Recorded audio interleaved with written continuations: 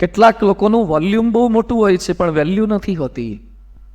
1 BHK માંથી 2 BHK માં જઈએ, 2 BHK માંથી 5 BHK માં જઈએ, વોલ્યુમ વધે પણ કદાચ વેલ્યુ રેઇઝ ન પણ થઈ હોય.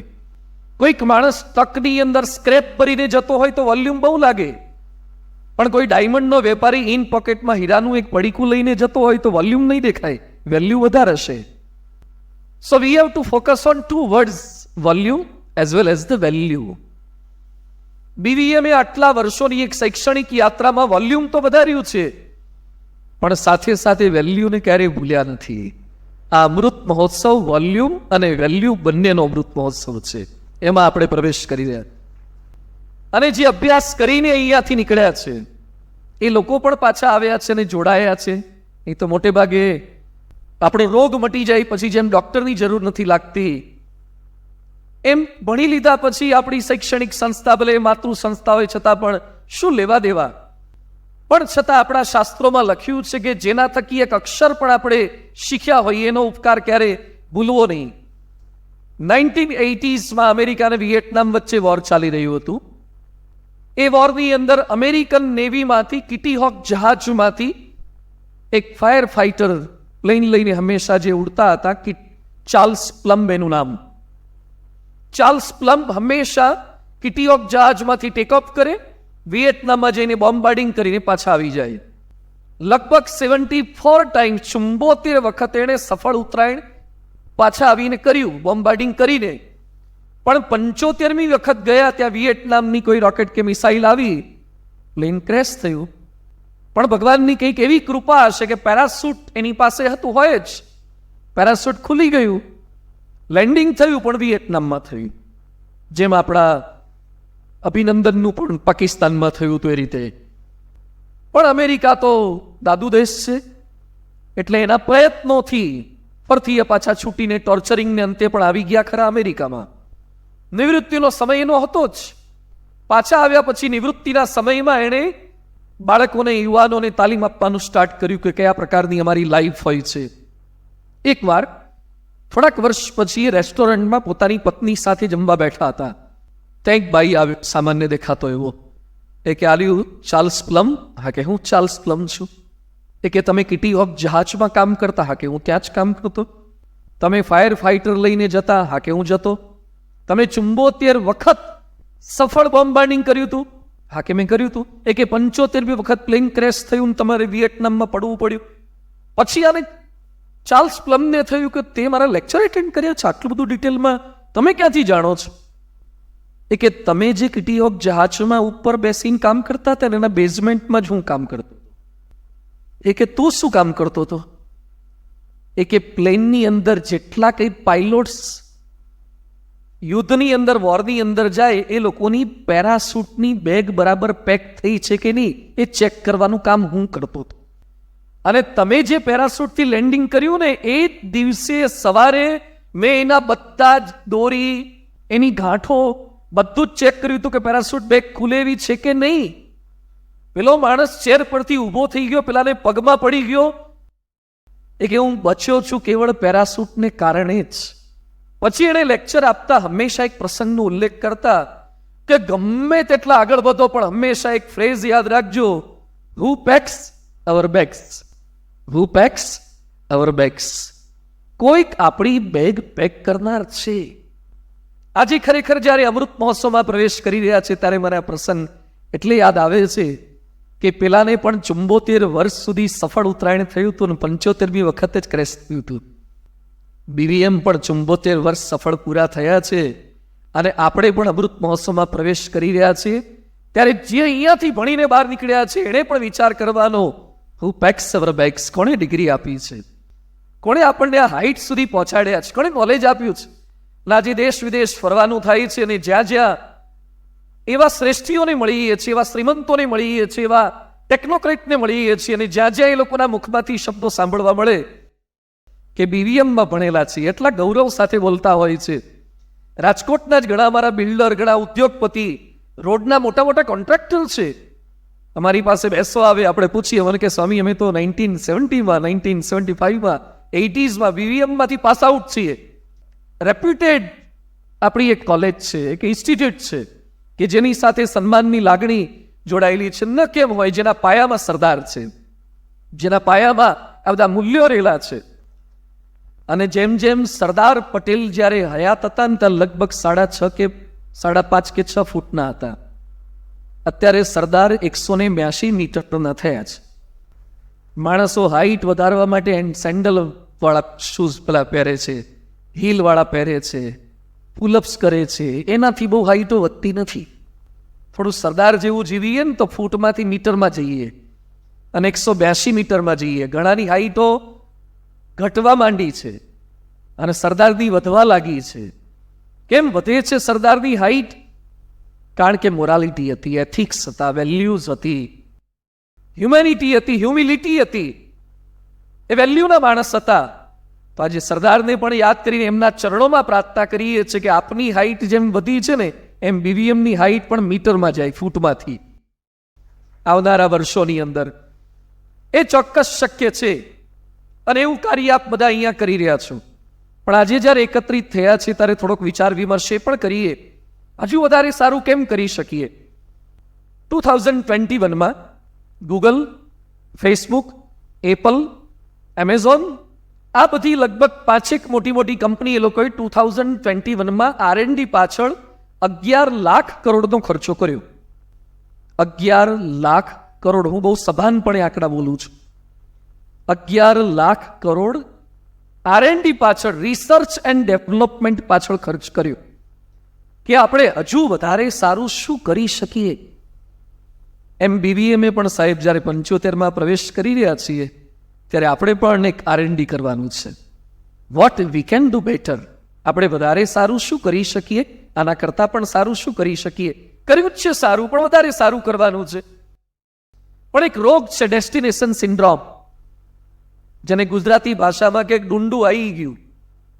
ડુંડું આવી જાય પછી લગભગ છોડ ઊંચો જતો નથી. જેમ અમુક ઉંમર પછી હાઈટ વધતી નથી, વેઇટ વધે. વર્ટિકલ ન જાય, હોરિઝોન્ટલ પોળા થાય. અમુક ઉંમર પછી હાઈટ નથી વધતી, FSI પૂરી થઈ જાય. બરાબર છે. બાંધકામવાળા કોર્પોરેશનવાળા આપણને વધારે કરવા દેતા નથી. FSI બધી વપરાઈ ગઈ આપણી. એટલે આપણે BVMની હાઈટ પણ વધે ને વેઇટ પણ વધે. So research and development we have to do. એ ડિરેક્શનમાં વિચાર કરવાનો છે. અમે લોકો થોડાક વર્ષ પહેલા જામનગર ગયા હતા, મેન્ટલ હોસ્પિટલમાં. ત્યાં અમારું લેક્ચર ગોઠવ્યું હતું, બીજું કંઈ અમારે કામ નહોતું. એટલે મેન્ટલ હોસ્પિટલમાં છૂટા છવાયા તો વિદ્યાનગરમાં રિટેલમાં તો મળતા હોય છે, પણ હોલસેલમાં થોડાક જોવાતા. એટલે ત્યાં લગભગ 150-200 ગાંડા છે જામનગર મેન્ટલ હોસ્પિટલમાં. પછી ત્યાં અમે જોતા હતા તો એક પાંજરાની અંદર ઘણા બધા ગાંડા હતા. એક તો ઇંગ્લિશમાં મારી સાથે વાતો કરવા માંડ્યો અને ફ્લુઅન્ટ ઇંગ્લિશ બોલે. એટલે મને બે ઘડી એમ થઈ ગયું કે આને કેમ અંદર પૂર્યો છે. તો ત્યાંના ડૉક્ટર હતા ભરતભાઈ ઘડિયા, મને કે થોડી વાતો કરો વધારે. તો વધારે વાતો કરી તો મને કે you are my close friend, please stay with me ને બધું આવું બધું જાત જાતનું બોલવા લાગ્યો. બધું આ શું ભણેલો છે? મને કે LD એન્જિનિયરિંગ કોલેજનો BE મિકેનિકલ છે, પણ થોડો કવરેજ એરિયાની બહાર જતો રહ્યો છે. પછી એ જ પાંજરાની અંદર અમારી સાથે થોડા છોકરા પણ હતા બહાર. એક ગાંડો જોર જોરથી બોલવા લાગ્યો. એ કે તમને એમ કે તમારી પાસે જ ફોન છે, તમારા કરતાં સારા ફોન તો અમારી પાસે છે. આ હોસ્પિટલાઇઝ થયેલો માણસ, તેની પાસે કયો વળી ફોન હશે? તો એણે હથેળીમાં આમ કર્યું અને પછી આમ કરવા લાગ્યું.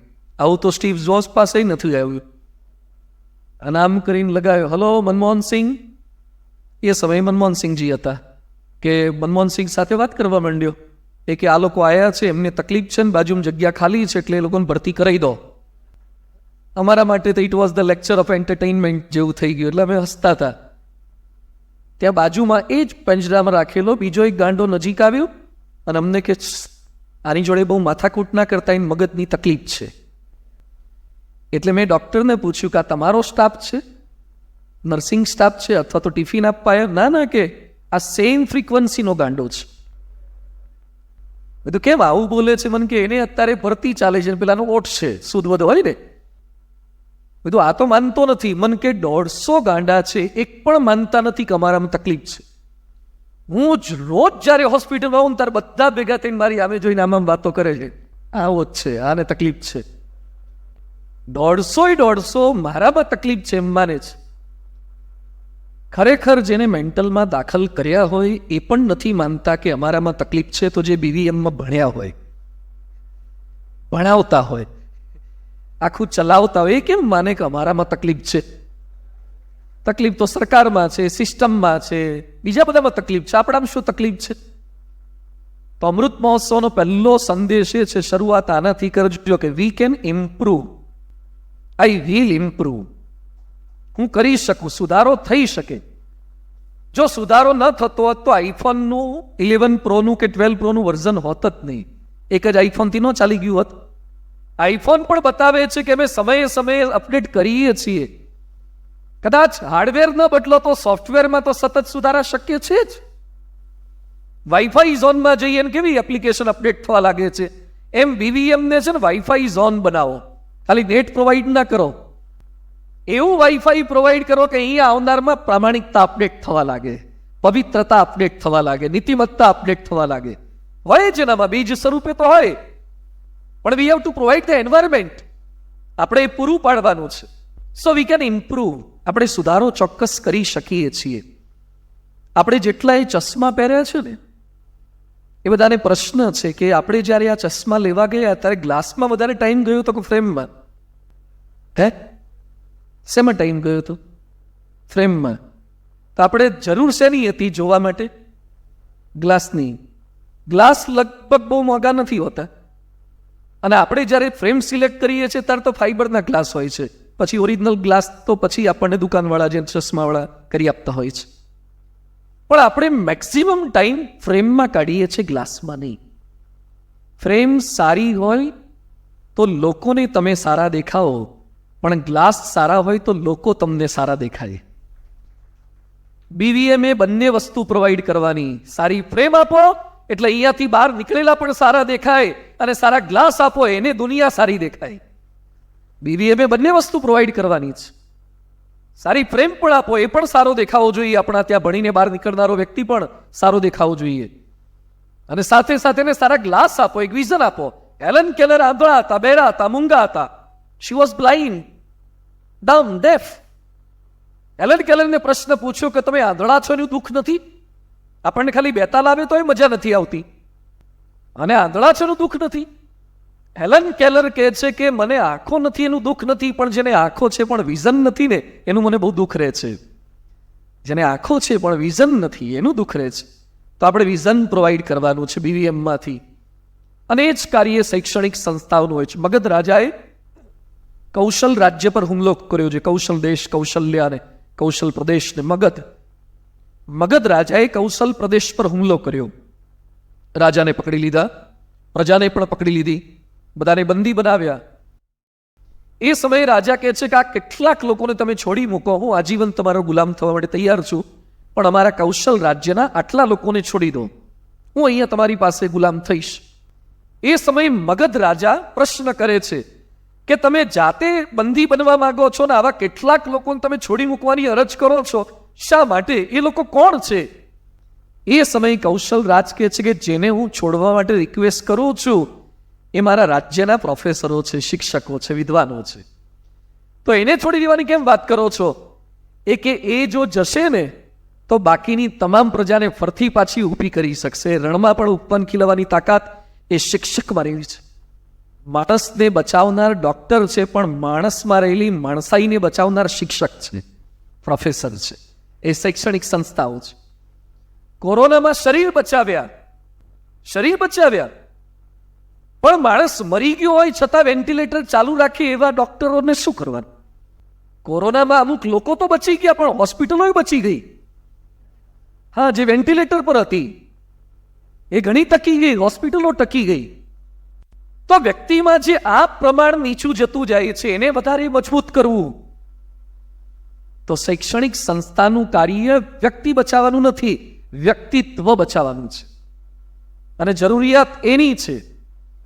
એટલે આપણે બધા જે એકત્રિત થયા છે બહુ જ મોટું કાર્ય, જેટલા આ વ્યવસાય સાથે સંકળાયેલા છે. કલામ સાહેબને પ્રશ્ન પૂછ્યો કે દુનિયા તમને ભવિષ્યમાં કઈ રીતે યાદ કરે એવી ઈચ્છા છે?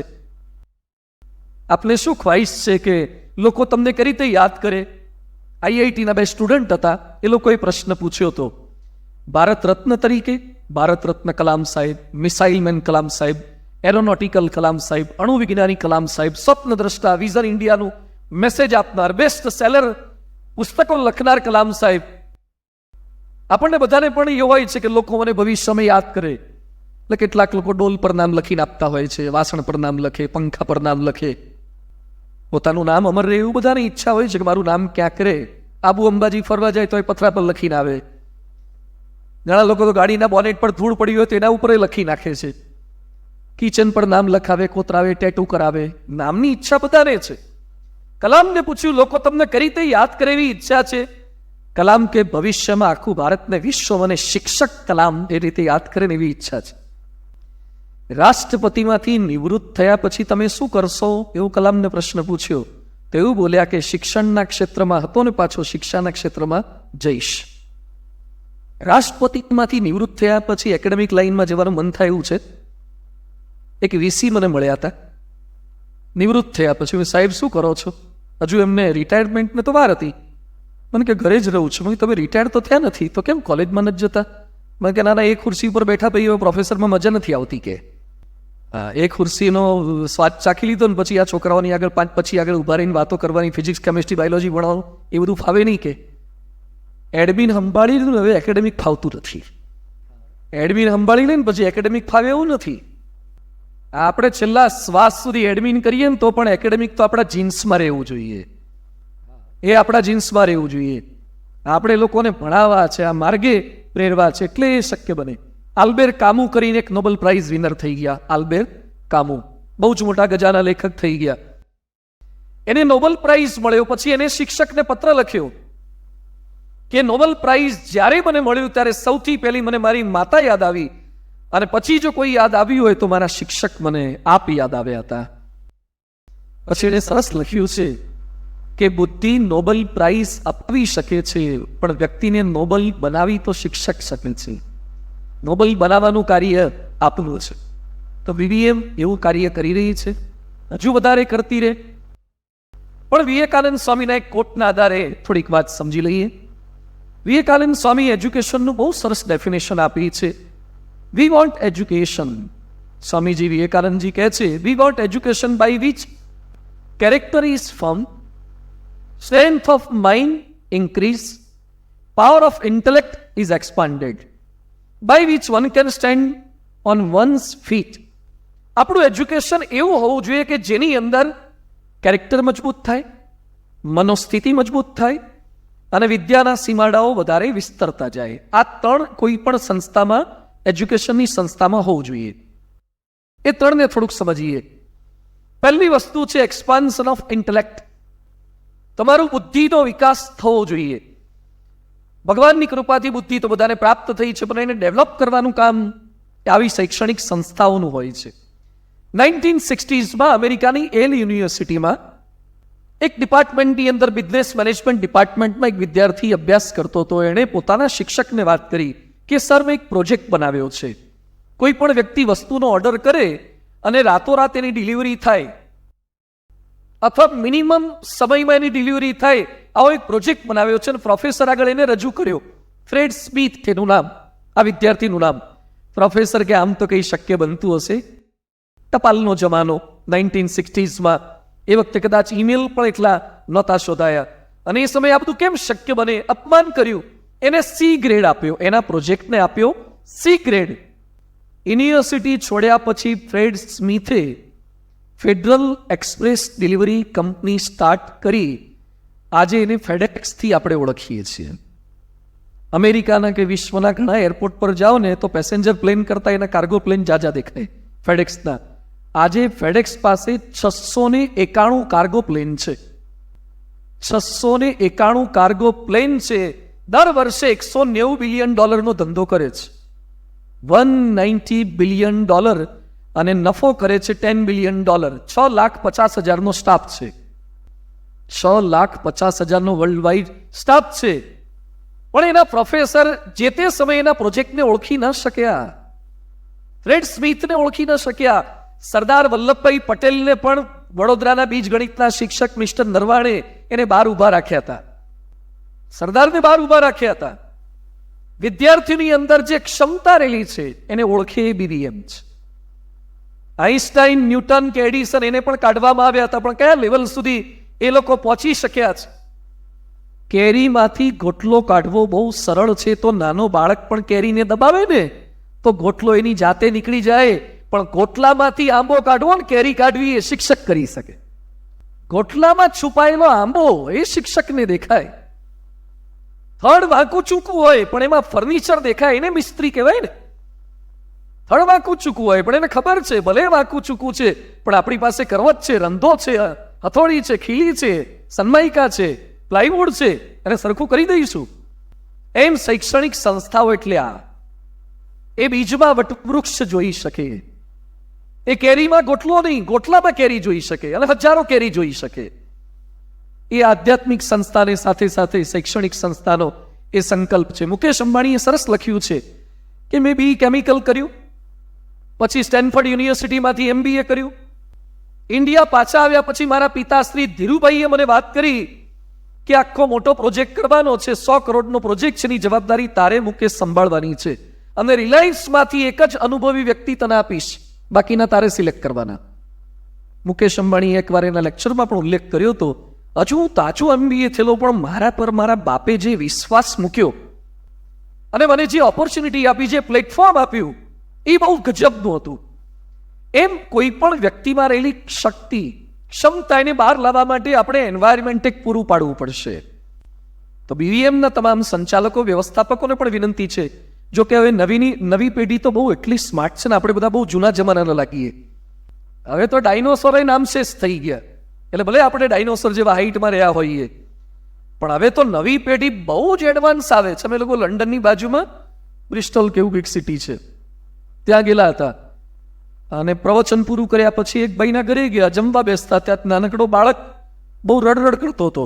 એટલે બધું એની મમ્મીને આપી આવો તો શાંત થઈ જાય. મને કે ના, હમણાં છાનો રાખી દઉં, ભલે અહીં આવ્યો તમારી હાજરીમાં. એ તો ગોળિયામાં જ હતો. પેલા ભાઈએ ખિસ્સામાંથી આઈફોન કાઢ્યો અને પેલું નાનું ટાબરિયું થોડા મહિનાનું જ હતું અને એના હાથમાં મોબાઈલ આપ્યો, પેલો આમ કરવા માંડ્યો. આમ કરીને એને જે ફાવતું હતું ગેમ કે જે કંઈ પિક્ચર ફાવતું હશે શાંત થઈ ગયો. હવે આપણે તો નાના હતા ત્યારે તો પેલા ઘોડિયા પર ગુગરાન, છડાન, ઝુમરિયા ને નહીં આમ દબાઈએ આખું માકડું ઊંધું ચતું થઈ જાય ને આવું બધું ઘણું આવતું હતું, આવું રમતા હતા. આ તો આને આઈફોન આપ્યો, એને હારાને આમ કરીને હોધી કાઢ્યું. મને પ્રશ્ન થયો કે આવડો નાનો થોડાક મહિનાનો ધાવણો છોકરો અને એને આ બધું શોધી કેમનું કાઢ્યું? પછી ખબર પડી કે હવે નવા જેટલા જન્મવાના ને ડાઉનલોડ કરીને જ આવવાના, કારણ કે બધું નેટ પ્રેક્ટિસ થઈ જ ગઈ હોય. એટલી એડવાન્સ પેઢી આવે છે, નવી પેઢી સખત એડવાન્સ આવે છે. એટલે પેરેલલ સ્વીકારા કરજો, ભલે આપણે જૂના હોઈએ, ભલે આપણે સિનિયર હોઈએ વર્ષ વાઇઝ, પણ બહુ સ્માર્ટ પેઢી આવે છે. એની વચ્ચે આપણે ટકવાનું છે, એને ગાઈડ કરવાના છે, એને ગાઈડ કરવાના છે. અતિશય અઘરું છે. એક ભાઈ એના દીકરાને લઈને મારી પાસે આવ્યા, મને કે સ્વામી દીકરો બાઇકનો બહુ આગ્રહ કરે છે, બધું લઈ આપો, સગવડ હોય તો. કાલાવાડ રોડ બાજુ રહેતા હતા, સુખી હતા, એટલે બધું લઈ આપો બાઇક. મને કે હજુ તો 7માં 8માં ભણે છે, ના આપતા તો. મને કે તમે તો ના પાડી દીધી પણ એ તો જીત લઈને બેઠો છે, તમે બધું સમજાવો. મને કે બહુ સમજાયો તો છોકરો એમ કે છે કે તમે નહીં આપો તો હું ટ્રક આવતો હશે અને 4 વ્હીલ જતી હશે, મને નીચે ઘૂસી જઈશ અને આઈ કમિટ સુસાઇડ, મરી જઈશ. બધું આવી ધમકીઓ આપે છે. હા કે આવી ધમકી આપે, તમે તો એને લઈ આવજો પછી. મને કે પછી નહીં, અત્યારે જ. સ્કૂલે નથી ગયો? ના ના, કે એને પ્રતિજ્ઞા લીધી છે કે બાઇક આવે પછી જ સ્કૂલ. એટલે 5-7 દિવસથી ગયો જ નથી.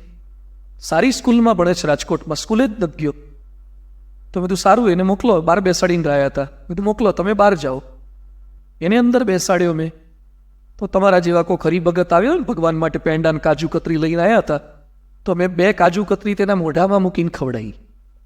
કારણ કે રેઝર ફેરવતા પહેલાં મારે થોડું કૂણું તો કરવું પડે. હેત પ્રેમ ઇમોશનલ બેંક બેલેન્સ કર્યા વગર ATMમાં પડ્યું તો હોય, પણ તમે કંઈક નાખ્યું હોય તો પડી શકો ને.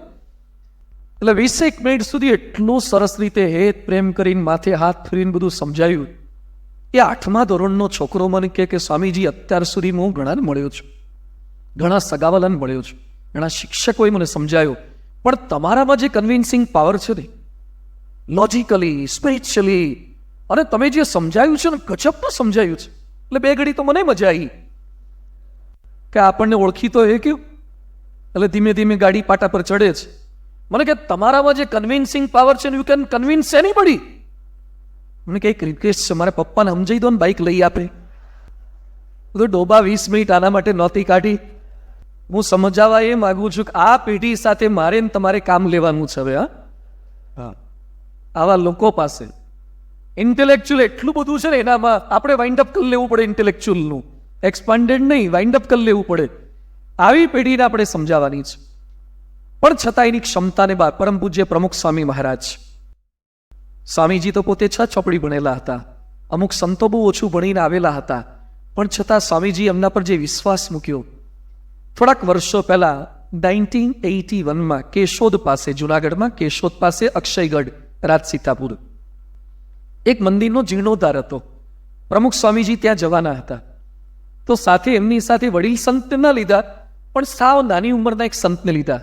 કે પેલા સંત કે મોટો પ્રસંગ છે તો મને શું કરવા લો છો, કોઈક બીજા વડીલને સાથે રાખો ને, ઇવેન્ટ સારી છે તો. સ્વામી કે ના, તમે ચાલો. 20-21 વર્ષના એ નાના સંત હતા, એને ભેગા લીધા.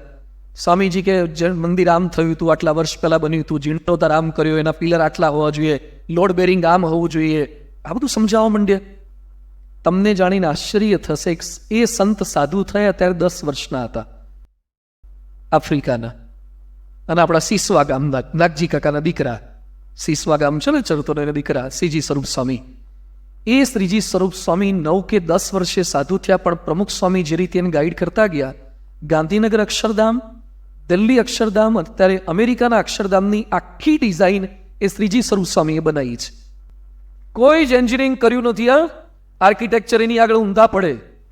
આખી અમેરિકાની ડિઝાઇન એ બનાવે છે. આખો અમારો BAPS નો સ્ટુડિયો, જે હજારો પુસ્તકો છપાય છે, આખો સ્ટુડિયો એ સંભાળે છે. અને અમદાવાદમાં 600 એકરમાં જે આખો પ્રમુખ સ્વામીનો શતાબ્દી મહોત્સવ થઈ રહ્યો છે, એનું આખું ડ્રોઈંગ ને ડિઝાઇન ને મેપિંગ બધું એ સંત સંભાળી રહ્યા છે. કેરીમાંથી ગોટલો નહીં, ગોટલામાંથી કેરીઓ બહાર કાઢ.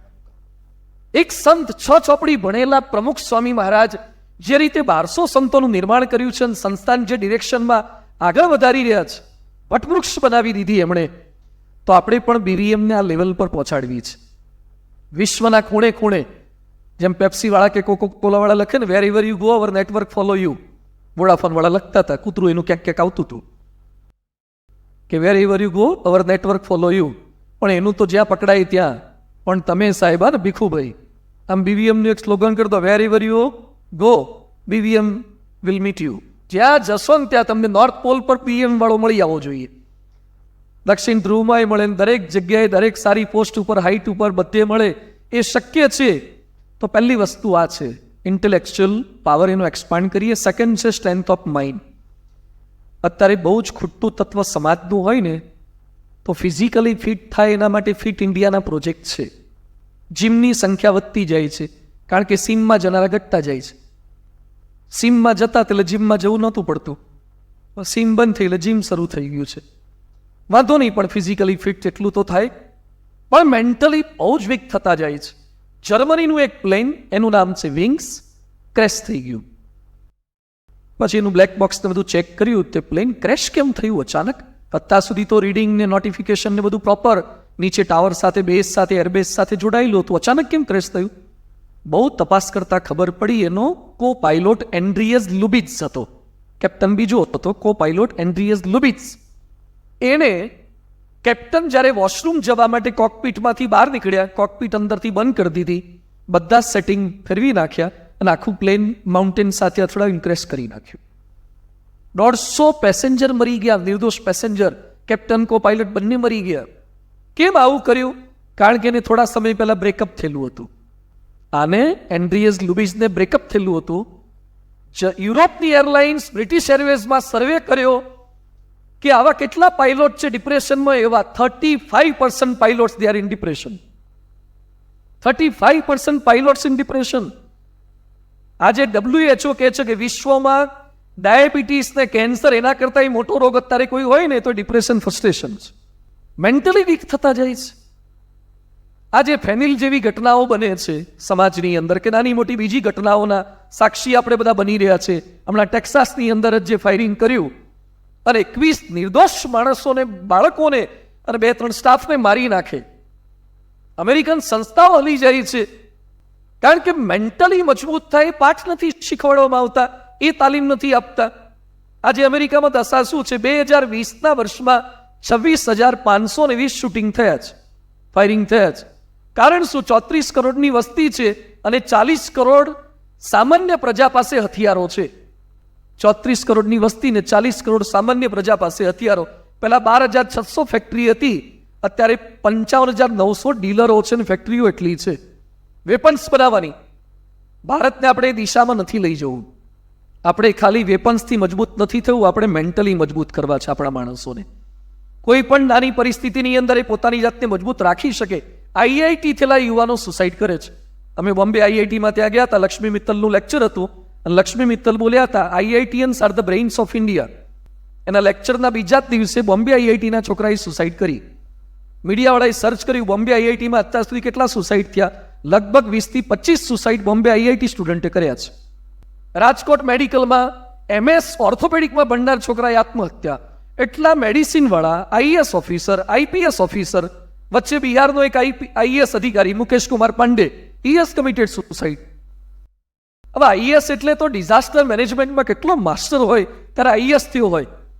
એ બેલેન્સ ના કરી શક્યા પોતાની પત્ની મમ્મી વચ્ચે, એની પત્ની મમ્મી વચ્ચે બેલેન્સ ના કરી શક્યા, ડિપ્રેશનમાં આવી ગયા, he has committed suicide. તો સ્ટ્રેન્થ ઓફ માઇન્ડ, આપણે આ નવી પેઢીમાં મન મજબૂત કેમ થાય, થોડું સિલેબસ બહાર જઈને શીખવાડજો.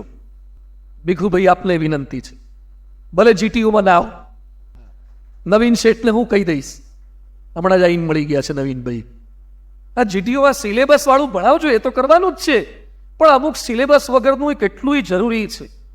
પતિ લગ્ન થયા પછી Na+Cl = NaCl કશું જ કામ લાગતું નથી. હા, ઓર્ગેનિક ઇનઓર્ગેનિક તમારું ધાર્યું કશું જ નહીં. હમણાં એક કલેક્ટરમાં, એડિશનલ કલેક્ટર મને મળ્યા, મને કે મારી દીકરીના હાથમાંથી મોબાઈલ હું લઈ શકતો નથી. તો આમ તો લેન્ડ ગ્રેબિંગમાં ઘણું લઈ લો છો, પાછું વારમાં ને એકરમાં લઈ લો છો જમીનો, અને આટલા મિલીમીટરનો ફોન નથી લઈ શકતા. કશું જ ચાલતું નથી ત્યાં આપણા પરિવારની અંદર.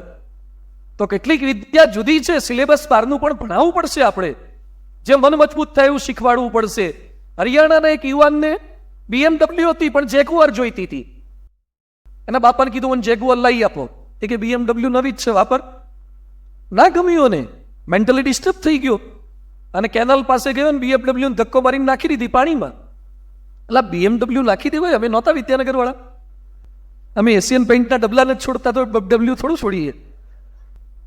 પણ મેન્ટલી વીક, નાની નાની બાબતોની અંદર એસિડ પી લેવું, મરી જવું. હું ખાલી રાજકોટનો ડેટા આપું, રોજની 3 થી 4 આત્મહત્યાઓ રાજકોટમાં થાય છે. ગુજરાતનો આંકડો ક્યાં પહોંચે? હવે નવી પેઢીમાં છે ને ફિલ્મો જોઈને, પબજી જોઈને અને વેબ સિરીઝો જોઈને મરવું એટલું, અને ચિઠ્ઠી લખે પાછા, નેક્સ્ટ લાઈફ બેટર, જ્યાં આવે નેક્સ્ટ લાઈફ વાળી. આ લાઈફ પરખી જીવ્યાની, હવે નેક્સ્ટ લાઈફ શું બેટર જીવવાના? આ સંસ્કારો આપજો પીવીએમમાંથી જેટલા બહાર નીકળીને તૈયાર થઈને. અને આપે બધા જેટલા બેઠા છો, તમારે કેટલા બધા તડકા છાયા, કોઈ દિવસ મરવાનો વિચાર આવ્યો? કારણ કે એ પ્રકારનું એજ્યુકેશન ને મોરાલિટીને વેલ્યુ લઈને બેઠા છો. પણ નવી જનરેશનમાં અઘરું થતું જાય છે, તો આપણે એ પીરસવું છે. અને લાસ્ટ થિંગ, કેરેક્ટર, ચારિત્ર, નીતિમત્તા. એક આર્કિટેક્ટ મને મળવા માટે આવ્યા. મને કે સ્વામીજી પ્રોબ્લેમ છે. શું પ્રોબ્લેમ છે? મને કે મારી પત્ની રાત્રે કોકની સાથે ઓનલાઈન હોય છે. કદાચ તમારી ગેરસમજ પણ હોય તો પાસ કરો. મને કે ગેરસમજ 2-5 દિવસ હોય, 2-5 મહિનાથી ના હોય. હું ઘણીવાર જાગીને જોઉં છું, 1.5 થી 2-2.5 ચેટિંગ કરતી હોય છે. તો બધું એકવાર એમને કહી દો કે મેં આવું જોયું છે અને પ્રૂફ પણ છે મારી પાસે, કંપનીમાંથી પ્રૂફ, ડિટેલ બિલ પણ કઢાવ્યું છે. તો મને કે મેં કીધું, એ સ્વીકાર પણ કર્યો છે કે છે મારે કોકની સાથે સંબંધ છે. તો મેં એ છોડવા નથી માગતા હોય તો માફી આપી દો. થાય, લાઈફમાં ભૂલ તો થાય, માણસ માત્ર ભૂલ કરી શકે, સ્વીકાર કરી લો પ્રેમથી તમે. મને કે સ્વામી મારી પત્ની મને એમ કહે છે કે you are my husband and he is my friend. તમે મારા પતિ છો ને એ મારો મિત્ર છે. આઈ વિલ કીપ બોથ, હું બંને રાખીશ. તમારી પત્ની શું કરે છે? મને કે એક સ્કૂલમાં શિક્ષિકા છે અને બાળકોને ચારિત્રના પાઠ ભણાવે છે. તો આ શું કરવાના? આર્કિટેક્ટે મને કીધું કે 12 વર્ષ લગ્ન ના થયા, 10 વર્ષનો દીકરો છે, રાજકોટના કેટલાય ઘરની ડિઝાઇન મેં બનાવી, પણ મારી ડિઝાઇન આને બગાડી નાખી. ગામ આખાને ઇન્ટિરિયર ને એક્સટિરિયર હું કરું છું, પણ મારું ઇન્ટિરિયર આને વીખી નાખ્યું બધું. એટલે લાઈફમાં ખાલી સિવિલ એન્જિનિયરિંગ, ઇન્ટિરિયર, એક્સટિરિયર એટલું જ નથી, બહુ જુદી વસ્તુ છે.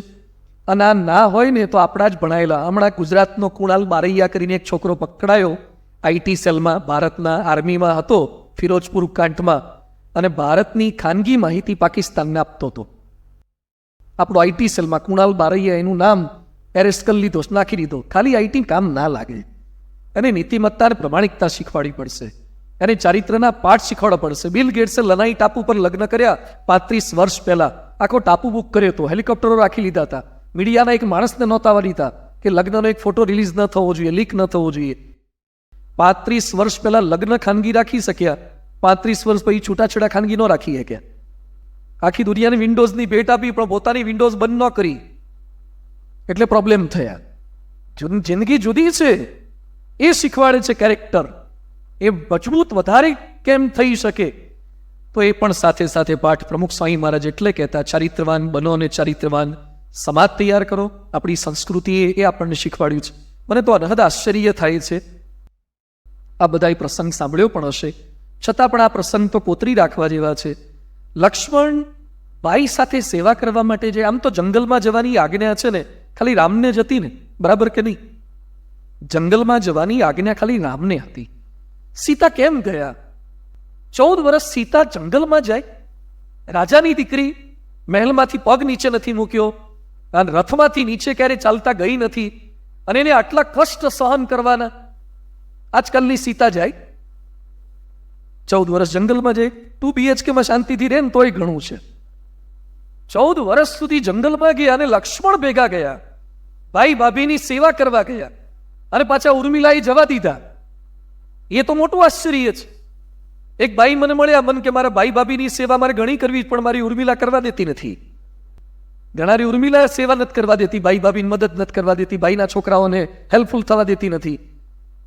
પણ કેવો પરિવારને કેવા સંસ્કારો આપણને ચારિત્રના લોકોએ આપ્યા છે. એમાંય લક્ષ્મણને જ્યારે સીતાજીના હરણ થયા પછી પ્રશ્ન પૂછે છે કે દાગીના જોઈને કે લક્ષ્મણ આ કોના છે, માથાનો સેટ ટીકો કોનો છે, ગળાનો હાર કોનો છે, બંગડીઓ કોની છે? લક્ષ્મણ ખાલી પગના ઝાંઝર ઓળખે છે.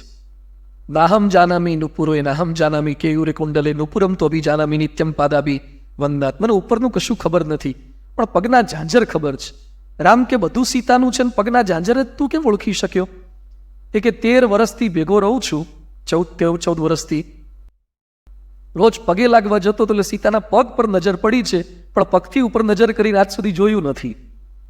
શું સંયમ ને કયા પ્રકારના ચારિત્રની નિષ્ઠા! શું ભારત વર્ષ આપણું હતું! અને એની અંદર અત્યારે મસાજ પાર્લરો અને બ્યુટી પાર્લરો ને રેડ પાડવી પડે ને માણસોને પકડવા પડે ને, ક્યાં ગયા કેરેક્ટર, નીતિમત્તાની, ચારિત્ર નિષ્ઠાની આપણી વાતો? આપણે ભારતને પાછું એ ડિરેક્શનમાં પહોંચાડવું છે. આપણા ત્યાં ખાલી હિમાલય ઊંચું નથી, હિમાલય કરતા ઊંચા આપણા ચારિત્ર હતા, નીતિમત્તા હતી, પ્રમાણિકતા હતી, ઓનેસ્ટી હતી, ગજબનું હતું. આપણે એક સરદાર વલ્લભભાઈ પટેલને 33 વર્ષે તો વિદુર થઈ ગયા ને, અને પછી બોરસદના જે આપણા ડેપ્યુટી કલેક્ટર કે રેજિમેન્ટ હતા, એણે કીધું કે મારી સાળી સાથે તમે લગ્ન કરો. સરદાર વલ્લભભાઈ પટેલને પ્રપોઝ કર્યું કે લગ્ન કરો મારી સાળી સાથે. સરદાર કે મારે કરવા નથી. બહુ જ આગ્રહ કર્યો કે મારી સાળી સારા છે, તમે એની સાથે લગ્ન કરો. સરદાર કે હું ઓળખતો નથી ને એની સાથે કેમ રહું? તો પેલા બોરસદના જે હતા રેસિડેન્ટ, એણે પોતાના સાળીને તૈયાર કર્યા કે તમે નવા કપડાને તૈયાર થઈને ત્યાં જાઓ, થોડા દિવસ રહો તો સરદાર સાથે ફ્રેન્ડલી થવાય.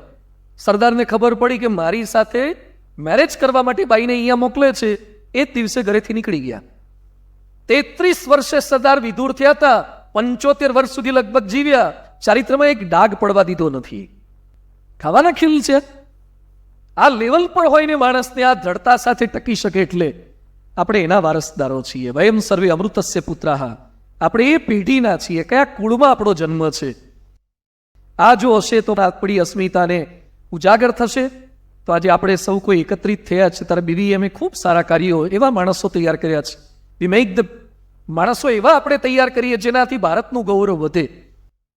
ન કેવળ એન્જિનિયરો, ન કેવળ ડોક્ટરો, ન કેવળ સાયન્ટિસ્ટ, પણ ખરા અર્થમાં એવા માણસો તૈયાર કરી શકીએ. તો આજે 75મા વર્ષમાં જ્યારે BVM પ્રવેશ કરી રહી છે, અમૃત મહોત્સવમાં પ્રવેશ કરી રહી છે, અમૃત મહોત્સવનું ટાઇટલ જ કેટલું સરસ છે કે અહીંયાથી અમૃતનું વિતરણ થશે. અમૃત સોસાયટીમાં વિષ તો પાનારા ઘણા છે, લોહી પીનારા ઘણા હોય છે, લોહી દેનારા ઓછા હોય છે, રક્તદાન કરનારા, ચક્ષુદાન, ઓર્ગન દાન કરનારા ઓછા હોય છે. આપણે અહીંયાથી એવા નાગરિકો તૈયાર કરીએ કે જેનાથી ગુજરાત અને ભારત એક ગૌરવ અનુભવે. અને આટલા સરસ કાર્યક્રમનું આપ સર્વે બધાએ અહીંયા આયોજન કર્યું છે. અને જે પૂર્વ છાત્રો, ઘણા બધા તો મોટી ઉંમરે પહોંચી ગયા છે, પણ પ્રાર્થના કરીએ કે બધાનું સ્વાસ્થ્ય સારું રહે. ન સા સભા સંતિ યત્ર વૃદ્ધા ન સંતિ. મહાભારતમાં ભીષ્મ પિતામહે કીધું છે કે એ સભાએ સભા નથી જ્યાં વૃદ્ધો નથી. એટલે અહીંયા ઘણા બધા મોટી ઉંમરના છે, રિટાયર્ડ થઈ ગયા છે, પણ છતાં પણ આપ બધાને મારી વિનંતી છે કે ભારતની આવશ્યકતા છે આપના જેવા ગણેલા લોકોની, ભારતની આવશ્યકતા છે આપના જેવા મેચ્યોર લોકોની. આપ જ્યાં સુધી જીવો ત્યાં સુધી કર્મઠ રહીએ. કેકા શાસ્ત્રીજીને આપ કદાચ ઓળખતા હશો મોટાભાગના. કેકા શાસ્ત્રીજીનું અમારે સારંગપુરથી મેં જે સંસ્કૃતમાં વધારે અભ્યાસ કરનારા સંતોએ અમદાવાદમાં અખિલ ભારતીય વિદ્વત પરિષદનું આયોજન કર્યું હતું. એમાં નિમ્બાર્ક, વલ્ભાચાર્ય, મધ્વાચાર્ય, શંકરાચાર્ય અલગ અલગ ફિલોસોફીના લેક્ચર હતા. અને કેકા શાસ્ત્રી તો વૈષ્ણવ મતના બહુ પ્રકાંડ પંડિત હતા, એટલે એમને પણ અમે લેક્ચરથી બોલાયા હતા. એમને જ્યારે લેક્ચર માટે બોલાયા ત્યારે એમની ઉંમર હતી 98 વર્ષ. 98 વર્ષે લેક્ચર માટે આવ્યા હતા અમદાવાદના આપણા શાહીબાગ મંદિરમાં. એટલે આપણે એમને ટાઈમ સ્લોટ પૂછ્યા કે સાહેબ આપને સવારનો ફાવશે, બપોરનો ફાવશે કે સાંજનો ફાવશે? તો કે બપોરે 2 થી 3નો. બપોરે 2 થી 3નો ટાઈમ સિલેક્ટ કર્યો. હવે આ 2 થી 3નો ટાઈમ છે ને આથો આવવાનો ટાઈમ, આ અઘરો ટાઈમ છે. અહીંયા હિંમત કરવા તકલીફ થઈ જાય. ખાધા પછી બેસાડવા 2 થી 3માં, અને એમાં કુલિંગ બુલિંગ ચાલુ હોય, પુશબેક ચેર હોય તો સમાધિમાં જતા રહેવાય એવું છે. 2 થી 3માં અને કેકા શાસ્ત્રીજી આવ્યા પછી ખુરશી પર બેઠા હતા, એટલે આપણે ત્યાં માઇક ગોઠવવા ગયા. ના કે હજી તો હું સક્ષમ છું ઊભા રહીને બોલવા માટે. 98 વર્ષે ઊભા ઊભા એમણે પ્રવચન કર્યું. અને ચાલુ પ્રવચને ઘડીએ ઘડી એમની પાપણો છે ને ઊંચી કરતા હતા, કારણ કે અમુક ઉંમર પછી સ્થિતિસ્થાપકતા નીકળી ગઈ હોય તો પાપણ ઊંચી કરીને બોલ બોલ કરે. ખાલી એમની નહોતી ઢળી જતી, અમે સામે બેઠેલા ઘણા ઢળી જતી હતી. સ્થિતિસ્થાપકતા તો હતી તોય ઢળી જતી હતી. બપોરે 2 થી 3માં આ જ થાય ને. અને 3 વાગે પ્રવચન પૂરું કરીને નીકળવા જતા તેમના ચપ્પલ દૂર પડ્યા હતા, એટલે અમે લઈને આપવા ગયા. મને કે ના ના, આપ તો ત્યાગી છો, સાધુ છો, હું તો ગૃહસ્થ છું, આપે અમારા ચપ્પલને ના અડાય.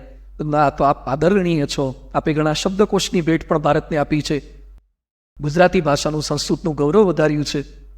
પછી એ બોલ્યા કે સ્વામીજી, મેં નક્કી કર્યું છે કે જ્યાં સુધી જીવું ને ત્યાં સુધી કોઈની લેશ માત્ર મદદ લેવી નથી, અને સ્વાવલંબન જીવન જીવવું છે, અને કર્મઠતા સાથે જીવન જીવવું છે. કેવા માણસો આપણા ત્યાં રાષ્ટ્રમાં પસાર થઈ ગયા છે.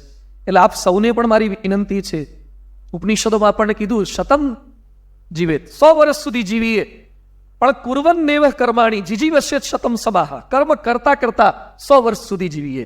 પ્રમુખ સ્વામી મહારાજ 95 વર્ષ સુધી જીવ્યા, અને કેવા કર્મ કરતા ગયા. મહંત સ્વામી મહારાજ BAPS સંસ્થાના વડા અત્યારે 90 વર્ષે પણ એટલા જ કર્મઠ છે.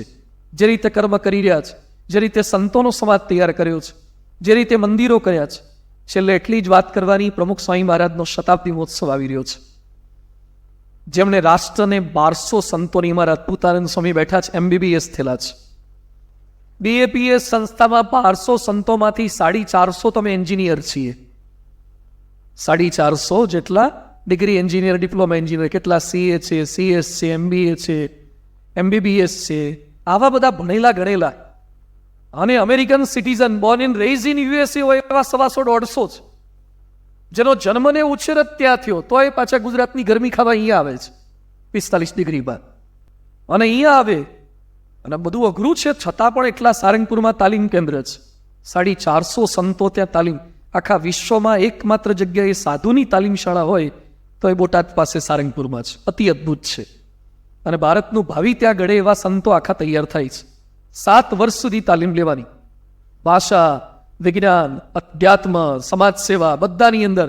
યુક્રેનની અંદર હમણાં તકલીફ થઈ, નરેન્દ્રભાઈ મોદીનો રાત્રે 12 વાગે BAPS સંસ્થા પર ફોન આવ્યો કે ભારતીય વિદ્યાર્થીઓને લાવવા માટે અમે મિનિસ્ટરો તો 3 ગોઠવી દીધા છે, પ્લેનની વ્યવસ્થા પણ કરી છે, પણ આપણા વિદ્યાર્થીઓ બોર્ડર સુધી આવે છે, પોલેન્ડની બોર્ડર સુધી, અને પછી ઠંડી ખૂબ છે, જમવાની વ્યવસ્થા નથી થઈ શકતી, તો મને આશા છે કે BAPS કંઈક કરી શકશે. રાત્રે 12:30 થી 1:30 વાગ્યા સુધી BAPSના સંતોએ Poland, Netherland, Belgium, Paris, Switzerland અને બધા જ દેશોના કાર્યકર્તાઓ સાથે ઓનલાઈન ઝૂમ પર મીટિંગ કરી બીજા દિવસથી તો રાહત રસોડા શરૂ થઈ ગયા અને ભારતના તમામ વિદ્યાર્થીઓને અઠવાડિયા સુધી ગરમ ગરમ ભોજન ત્યાં જમાડ્યા છે બોર્ડર ઉપર. 65 કાર્યકર્તાઓ ત્યાં પહોંચી ગયા. તો ચેરિટી આ સંસ્થાના લોહીમાં છે, સમાજ સેવા સંસ્થાના લોહીમાં છે. પણ સાથે સાથે આવા સંતો દ્વારા જે શૈક્ષણિક કાર્ય છાત્રાલય દ્વારા થઈ રહ્યું છે, છાત્રાલય હજારો એવા વિદ્યાર્થીઓની સમાજ ઘડી શકે એવા સંતોની ભેટ આપી છે. આપણે બધા જ ન કેવળ એક સંસ્થાનું કાર્ય છે, આપણે બધા જ સાથે મળીને ટુગેધર વી કેન અચીવ મોર. અને ભારતના અમૃત મહોત્સવે તો વધારે સંકલ્પ કરીએ કે આવનારા વર્ષની અંદર વિશ્વ આખું ભારતનો સ્વીકાર કરે અને વિશ્વ આખાને જરૂર પડે. મને તો ખાલી જાપાનમાંથી બુલેટ ટ્રેન લાવવી પડે છે ને એનું એ બહુ ભારોભાર વેદના છે. આવડો મોટો દેશને ખોબા જેવડા જાપાન પાસેથી આપણે કેટલી ટેકનોલોજી ઇમ્પોર્ટ કરવી પડે છે. 1.25 અબજની વસ્તીને આપણે ધારીએ કરી શકીએ. કમિટેડ જો બધા જ માણસો થઈએ તો સારે જહાં સે અચ્છા. આખા વિશ્વમાં ભારત જેવો કોઈ દેશ નથી ને ભારતીય પ્રજા જેવી કોઈ પ્રજા નથી. આપણે બધા સાથે મળીને પ્રયત્ન કરીએ તો વિદ્યા સાથે, સદવિદ્યા સાથે, અધ્યાત્મ વિદ્યા સાથે ભારતને નવી હાઈટ ચોક્કસ આપી શકીએ. અને પ્રમુખ સ્વામી મહારાજનો શતાબ્દી મહોત્સવ 15 ડિસેમ્બરથી 13 જાન્યુઆરી અમદાવાદમાં 600 એકરની ભૂમિ પર SP રિંગ રોડ પર ઉજવાશે. 45,000 તો સ્વયંસેવકોનું રજીસ્ટ્રેશન કર્યું છે. 45,000 વોલિયન્ટર્સ, પુરુષ મહિલા, એ બધા 45,000 સ્વયંસેવકો સમય આપવાના છે 1.5 થી 2 મહિના માટે, રજાઓ મૂકીને, ધંધા સેટ કરીને. અને રોજના લાખો લોકો આવશે. આવનારા તમામ લોકોને એક નવી દિશા મળે એવા બાળકો, એવા યુવતીઓ, બાલિકાઓ બધા દ્વારા એક રાષ્ટ્રને સમર્પિત સમાજ નિર્માણનું કાર્ય થઈ રહ્યું છે. આજે અહીંયા પણ આટલા સુંદર કાર્યક્રમમાં અમને આમંત્રિત કરવા બદલ માનનીય શ્રી ઇન્દ્રજીતભાઈ અને સાથે સાથે આદરણીય ભીખુભાઈ, સમગ્ર સંસ્થાના હોદ્દેદારો, BVMનું જે સારું નામ છે, હજુ વિશેષ સારું નામ અમારા સંતોમાં પણ અમે બધા જ્યારે ભણીને પાછા જતા હોઈએ અને સાધુ થવા જઈએ ત્યારે એકબીજાનો પરિચય કરતા હોય ત્યારે પણ સાધુની વાત કરે ત્યારે પહેલાં બોલવામાં આવે છે કે આ કોલેજમાં ભણેલા છે.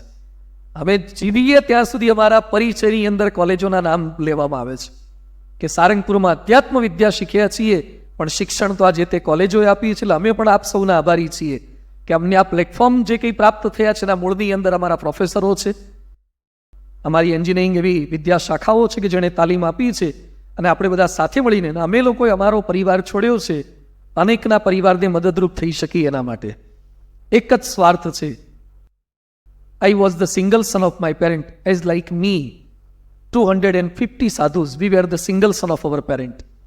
250 જણા અમે અમારા મા બાપના એકના એક દીકરા હતા, છતાં પણ અમે અમારા મા બાપ છોડ્યા છે કે કોઈ છોકરો પોતાના મા બાપને ક્યારે હળદૂત ન કરે, રાષ્ટ્રને એક નવી દિશા તરફ આપણા બાળકો પણ આદર્શ બને એ દિશામાં દોરી શકીએ. તો ફરીથી આમંત્રિત કરવા બદલ, આટલા સમય સુધી ખૂબ શાંતિથી વાતોચીતોને સાંભળવા બદલ અને આપણા યુવાધનને એક નીતિમત્તા, ગુણવત્તા અને સાથે સાથે ચરિત્રના પાઠ આપવા માટે આપણે બધા કટિબદ્ધ થઈએ, સંકલ્પબદ્ધ થઈએ. એ દિશામાં સંકલ્પબદ્ધ થવા બદલ પણ આપ સૌ કોઈનો ખૂબ ખૂબ આભાર.